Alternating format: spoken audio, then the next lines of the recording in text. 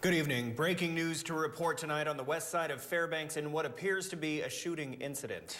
Alaska State Troopers are investigating a shooting incident that occurred off of Geist Road late this afternoon. Now, the shooting reportedly involved a male suspect and a female victim. Although details are sketchy, what is known is that the incident occurred at an apartment complex on Fairbanks Street. That's right. Now, the condition on that victim is not yet known. And authorities say the male suspect is being detained for questioning at this hour. Now, of course, the News Center will have more information as this story becomes available.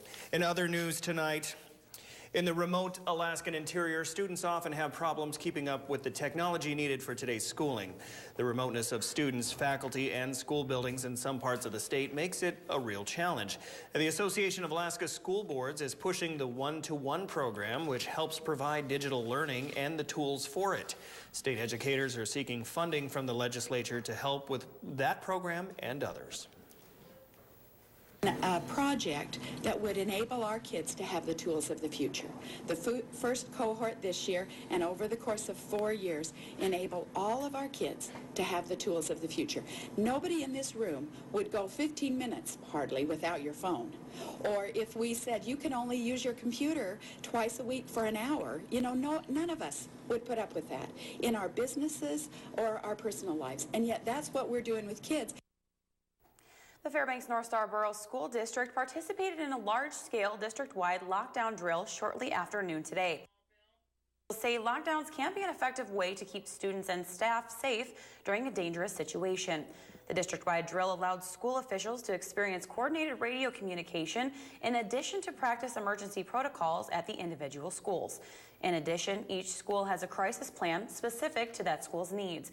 Today at West Valley, Principal Sean Kraska said the drill was unique today due to the presence of the students. We have never had a practice lockdown drill with students in place. We've had to actually go into Code Red maybe once in the last 5 years, but you know, it's important to practice what we expect students to do and what we expect staff to do. So this was successful. I was very pleased with the brevity of the time period, even though it felt like forever. It was a good, succinct amount of time for a building this size. It's kind of scary because it was like it could have been real and it could have been someone in the building that was dangerous. So it was kind of like just surprising, and it kind of just brought everyone to attention and like making them realize that this could happen. For an extended look at the school district's lockdown drill, please tune in to the Saturday edition of the Fairbanks Evening News at 6 p.m. Fairbanks fire officials responded to a vehicle fire at Carlisle Transportation Systems Sunday afternoon. The front end of a Kenworth semi-truck withstood severe fire damage, totaling the truck. However, the trailer was not damaged in the incident. According to city fire officials, the cause of the fire remains under investigation. Fortunately, there were no reported injuries in Sunday's blaze. A lot going on in the interior, including a lot more snow. I noticed over the weekend and a little bit today as well. Yeah. All right, Mike, tell us what you know. Looks like the worst is over, guys, as far as the snow totals come.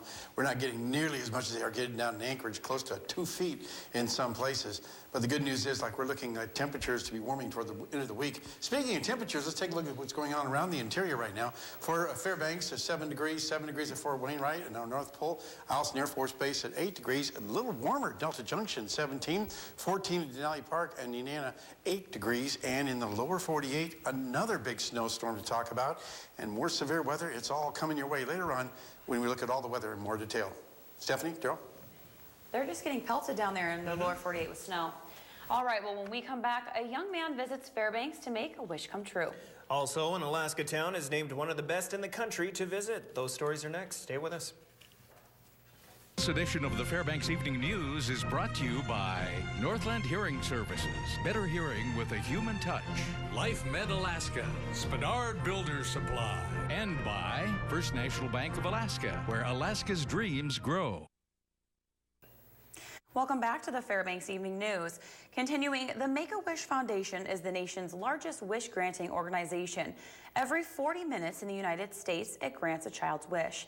Now this weekend, one young man's wish was granted right here in Fairbanks. Ryan Piper and his family are visiting Alaska from the Sunshine State of Florida. Many people visit our state yearly, but this trip was very special. I wanted to come to Alaska, to see the northern lights and snowmobiling and sledding, and we went skiing yesterday and, just wanted to do something a little different. Ryan has a life-threatening heart disease and deals with this issue daily. Everybody in my family has the same heart condition, so they send us to a couple different places. It's called long QT syndrome. Whenever I get stressed or something like that, my heart will start to quiver, and then I just pass out, and I have a pacemaker and a defibrillator. Ryan's mother helped to make the wish come true by contacting the Make-A-Wish Foundation. His entire family has been flown to Alaska and have experienced skiing, snow machining, and learning about the Northern Lights. But for Ryan, this experience has literally brought his dreams to life.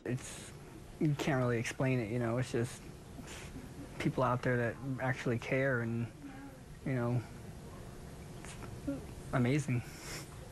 His condition is something that he will never outgrow. For the rest of his life, Ryan Piper will take the necessary precautions to ensure that his heart stays safe. When asked if he has any advice to give other young people who may struggle with life-threatening disease, his response was simple. I try to live my life to the fullest. I go full wheeling, all kinds of things, in Florida. And, you got to be careful, and you got to still think about the problem, but, you still got to go out there and do what you like doing and have fun.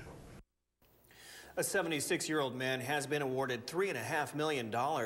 An Anchorage jury awarded the man the judgment after he claimed he was wrongfully fired. Now, Paul Blakesley was fired in 2008 due to an attempt to report what he considered improper conduct by a supervisor. Blakesley was working for Shaw Environment and Infrastructure. That is a company hired to maintain facilities at Fort Richardson and Fort Wainwright. According to Blakesley, he discussed an issue with the supervisor on a Friday and was fired the following Monday. Jurors awarded him the settlement due to the conclusion that Shaw was wrong to fire Blakesley and did it in retaliation for reporting on his supervisor. A village public safety officer in the southeast community of Thorn Bay had to taser a suspect to place him under arrest on Friday afternoon. According to Alaska Dispatch from state troopers, the officer was contacted before 1 p.m. about a person in the woods who was behaving erratically and screaming at the trees. When contacted, the dispatch says 29-year-old Tucker Thompson was aggressive toward the officer and then became combative. Thompson resisted when the officer attempted to place him into handcuffs. After a brief struggle, the VPSO deployed a taser to take the suspect into custody. The trooper dispatch says the officer suffered a minor injury during the fight. Thompson was taken to the clinic in Claywalk to be checked out and then jailed in Craig. He was charged with assault on the 4th degree, and bail was set at $2,000. Now, the dispatch says alcohol was a contributing factor, and a village public safety officer was shot to death in the southwest village of Manicotuck this week. A suspect in that case has been charged with first-degree murder. Well, Sitka is ranked as one of the best small towns to visit in the country. Smithsonian Magazine released its second annual list of 20 towns under 15,000 people known for museums, art galleries, historic sites, and other cultural attractions. Sitka scores high for its scenery, Tlingit wood carving, and Russian period churches. Sitka makes the list along with other historic towns like Gettysburg, Pennsylvania, which is #1, St. Augustine, Florida, and places in Wisconsin. Now, that place in Wisconsin, home of the Ringling Brothers Barnum and Bailey Circus Museum. Senator Lisa Murkowski will hold 2 public meetings in Alaska on the topic of subsistence. The sessions will provide a forum for Alaskans to speak on the cultural and food security issue, and also to have their testimony taken back to Congress. The first public meeting will be held in Bethel on April 2nd. Murkowski said it's important to hear from as many rural Alaskans as possible on this issue, since it's their way of life.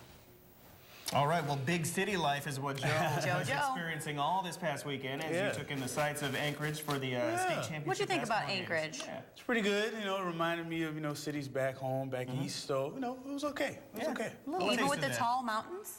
Yeah, that was good. That was a good sight line. Driving down the streets, there was a mountain behind me. But you had a job to do down there. And that was the basketball championship. Oh, yeah. We're going to recap all the state basketball action, March Madness Alaska style. We'll hear from the back-to-back state champion Monroe Rams and the latest from the Ice Dogs after they visited Kenai. Stick around for sports.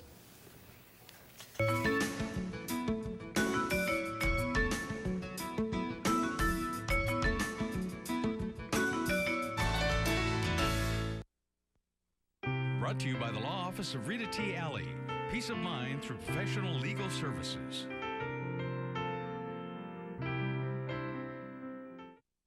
Hello, Interior Alaska. I'm back from Anchorage in the state basketball tournament. Got a chance to see the big city, but there's nothing like being back in Fairbanks. And it's Monday, so it's time for the weekend recap. We start with the highly anticipated showdown between Monroe and ACS for the 3A state boys title. We witnessed what the Rams have been doing all year on the biggest stage. Rams players stepping up and making big plays. The start was huge for Monroe as Scooter Bynum went off for 9 points in the first quarter. He finished with 16. The Rams were up 30-18 at halftime. Milo Hadukovic and Michael Hale were big on the boards and interior defense as well, but ACS made their run in the fourth, led by Calvin Hoffman, who had 14, and Jalen Terry, who had 18. Augustus Simmers, the 3A Player of the Year, was a non-factor. Hoffman hit a three to cut it to 51-55 with 9 seconds left, but Monroe made critical 3 free throws. David Stepovich had a game-high 19 points. 11 of those came from the line. The Rams won back-to-back 3A titles, 60-52, the win over ACS.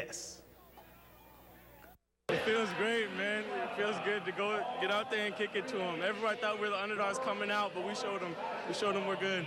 You didn't really see me in the last 2 state championship games, so I had to come to play this year, and I did. So we won it this year, baby. What does the second straight title mean to you? It means we got to work hard and get a third one.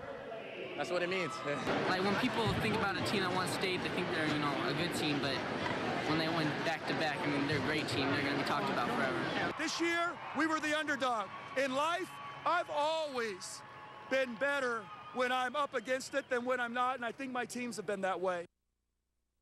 In the 3A girls title game, it was similar to the big names like in women's basketball. Baylor's Brittany Griner versus Notre Dame's Skylar Diggins. For this game, it was Barrow's 6'4" Lynette Heppa, ACS Lion guard Sarah Gagel. Gagel was aggressive early with 19 for 25 points coming in the first half, but this game was tight throughout with 11 lead changes until a 12-0 Barrow run.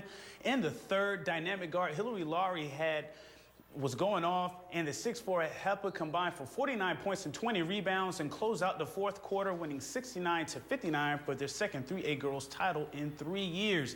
In the 4A girls championship, the favorite and undefeated Wasilla Warriors were matched up against the Diamond Lynx, the same team that came back to nip West Valley by 1 in the quarterfinals. Diamond had the lead and the momentum all first half with some timely shot making, but Wasilla turned it on in third. The Lynx were held to just 7 points in the second half. The Warriors win 43-27. Alexis Emo had a game-high 28 points to lead Wasilla. Their 3 seniors, 4A Player of the Year, Kyla Dinkle and Alicia Devine, go out with 3 straight 4A titles. And the game of Saturday night, other than Monroe's big championship win, was the 4A Boys Championship game. This exemplified what March Madness Alaska is all about, with an overwhelming favorite in Service facing an underdog East team, but East was the only team to beat Service, and that was on a buzzer beater. Service wanted to prove that was a fluke. East showed it wasn't. Service was rolling early for 3.5 quarters, led by senior Marquez Robinson's 19 points. Service was up 11 at the half and 15 in the third. Then East went on a 17-0 run and took a 46-43 lead. Service was tight. The T-Birds outscored Service 47-29 in the second half. 3 East players scored double digits in the second half alone. Jared Laws had a game-high 21 to lead East. The Johnsons, Devin and Xavier, had 27 points between them as well, most of it in the second half. Robinson cooled off, and the 4A Player of the Year, Adam Clyde, fouled out midway through the fourth, and East finishes with a 66-59 victory in their first state title since 2000. Now, other interior teams and players had respectable performances in March Madness this weekend as well. Lathrop's freshman Ruthie Hebert was named to the 4A All-Tournament team, as was fellow Malamute Gabriel Cunningham. In the boys tournament, Monroe sent 3 to the All-Tournament team: Jalen McCullough, Scooter Bynum, and Tyler Wells. Hutchinson's Mimi Wood and Ellie Veazey were All-Tournament selections too. The Hutchinson girls finished 3rd in state with a 46-29 win over Sitka. The Lathrop boys were good for 4th in a 58-41 win over Palmer, and the West Valley girls team won the Sportsmanship Award for this year's tournament. The Ice Dogs' reign at the top of the West Division was shorter than Leprechauns. Fairbanks was riding a 9-game winning streak, but were upended in a 5-4 shootout loss on Friday night to Kenai.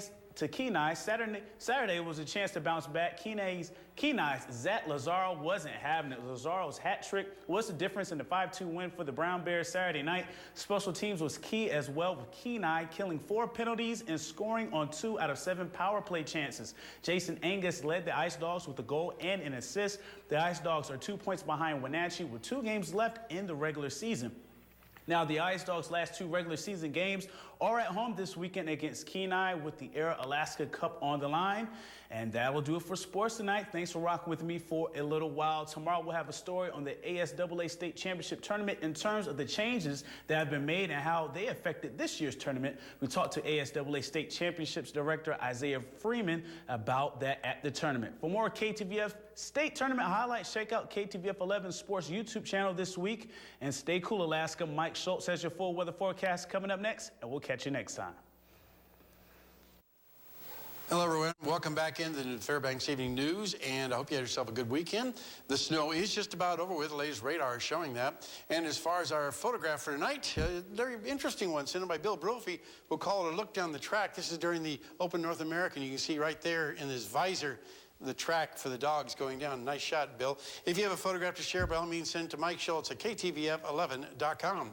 What's going on at the airport right now? 11 degrees for the high, currently 7 degrees, just cloudy skies. The snow has stopped. The low last night, 0. There's your record high and record low. Sunrise this morning was at 7:33. Sun will set this evening, 8:25, giving us 12 hours, 52 minutes of daylight. That's a gain of 7 more minutes from yesterday. And our satellite and radar, again, showing where all the moisture was at. You can see it spinning around the Anchorage Bowl. That's what I said yesterday. They got about 6 inches today. They got 8 to 15 inches, so they're looking pretty good as far as the snowfall goes. And you can see all the snow moving across to the north of the Fairbanks area. That's why it doesn't look too promising for much more snow. As far as what's going on across the rest of the state, you can see across southeast Alaska, the rain and snow has moved back in over Ketchikan. Snow, of course, all day long around the Anchorage Bowl area. Also snowing up at Barrow, but up and down the west coast, things have cleared out, and temperatures are getting quite cool there, too.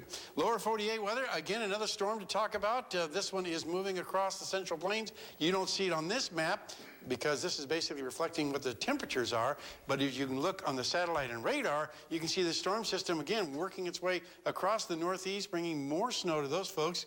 Over the weekend, they had close to 15 inches of snow in parts of Missouri and right on down to Kansas and to also the Colorado area.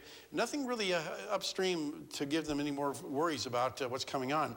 Now, the wintry storm that is still continuing across will bring more snow across to places like Pittsburgh and Philadelphia before it moves out across the Atlantic Ocean, all being driven once again by that jet stream, really moving quite nicely from the west to the east, again splitting the country in half.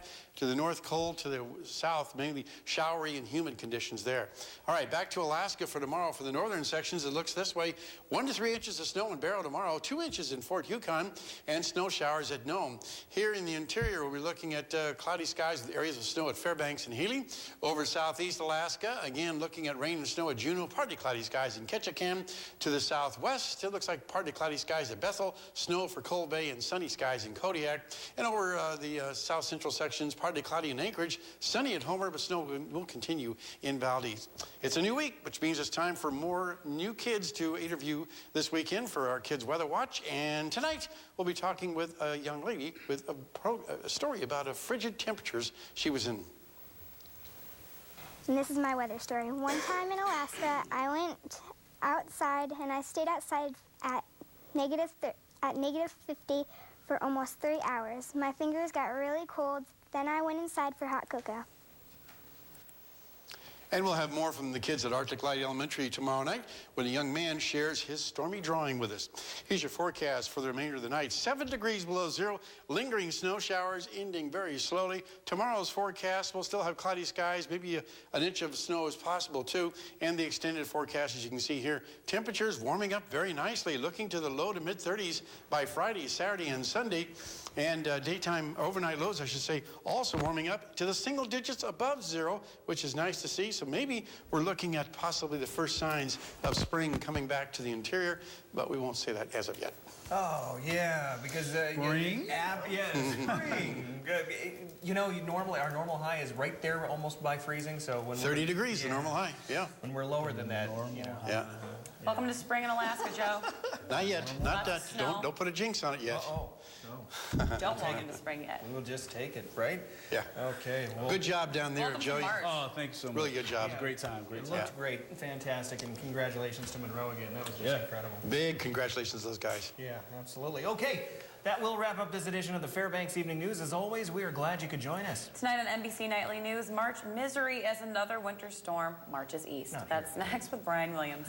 Be sure to check us out online at web711.com. Still adjusting. Marching with the storms. Right. That will do it from all of us here. We hope you'll come back and join us at 11 o'clock. Until then, have a good evening, and we'll see you back here at 11.